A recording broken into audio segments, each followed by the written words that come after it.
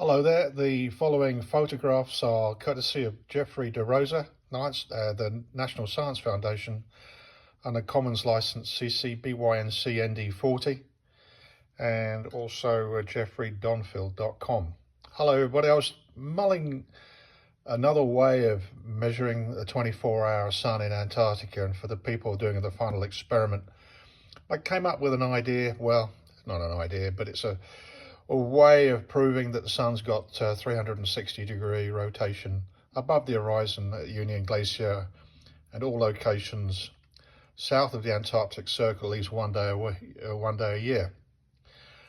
These lovely analog devices are called Campbell-Stokes sun recorders and consist of a glass globe which focuses the sun onto the rear of this device, and you insert a cardboard card into a slot at the back, and the sun's rays, if it's above 120 watts per square meter, burns a hole in the cards. I'll show you those in a second.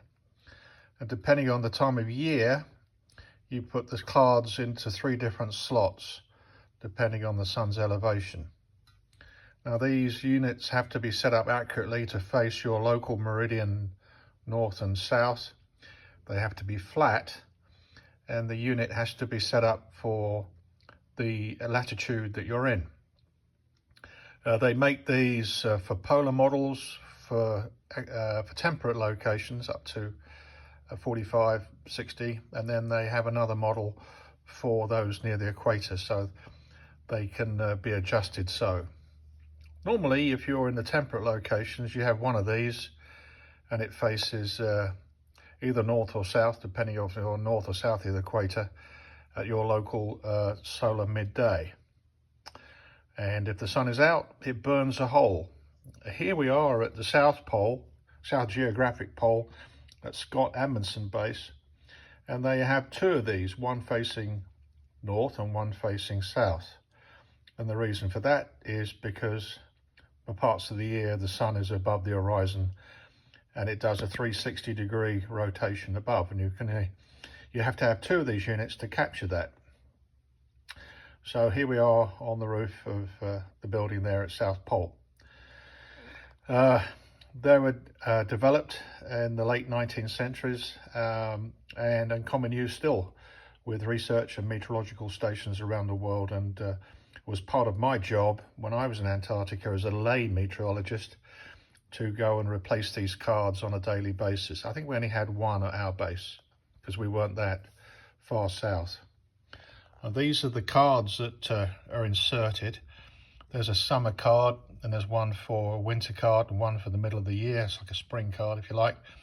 And depending on if you're on the northern hemisphere or the southern hemisphere, you would rotate, the cards would be inserted in the unit in a different way. Because obviously if you're in the South Pole, the sun goes from east to west as you look north. So here we are. This is these 2 cards are from the 2 units you just saw a second ago here. And these were taken on the 4th of December 2021 during a partial solar eclipse. Here it was a partial solar eclipse, and you can see the burn marks quite clearly as the sun as the earth rotates. When it's cloudy, it doesn't burn a hole, and you can see this is just depicting one day. We have 2 cards because the sun obviously went round the back, if you like, of one unit and started burning a hole in the second unit. So hence the sun went to 360 degrees around the unit here, and this is depicted by 1 card for one unit, 1 card for the other. The issue is if you don't set this up correctly, and if it's a 24-hour sun, this actually can burn a hole all the way across, and half the unit can get blown away in a strong wind. So they have to be set up pretty accurately to sit in those slots. This solar eclipse on about this time here just around about 14:30 local time, 2:30 in the afternoon on the 4th of December. This eclipse actually didn't cover a lot of the rest of the part of the world outside Antarctica. This is the area of totality, and South Pole's down here, but as you can see, it covered the whole of Antarctica and not much else. A bit of Tasmania and the edge of South Island of New Zealand, and Melbourne maybe just on the edge of it. But for the most part, it was an Antarctic eclipse, and quite rare. So if you're going to go down to Union Glacier, why not pick up a couple of these on the way? You'll have to pick up ones which are specifically manufactured for high polar locations. That can be adjusted to latitude of nearly 80 degrees. The same sort of model as this one. Level it properly. Make sure that you are pointing the actual direction of the unit. The center of it is angled in your meridian north and south, and it's set up the correct latitude that you're at. And make sure you've got the right cards for the time of you're there.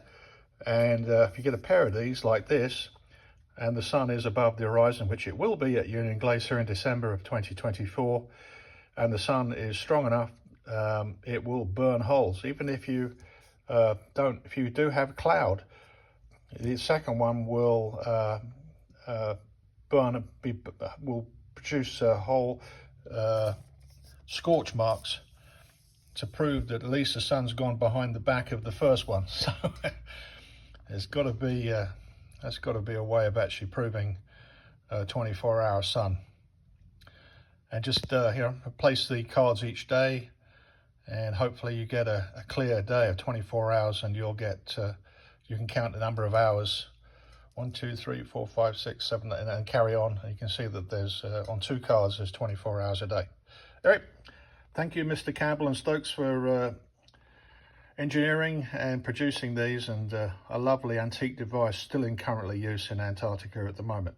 All the best.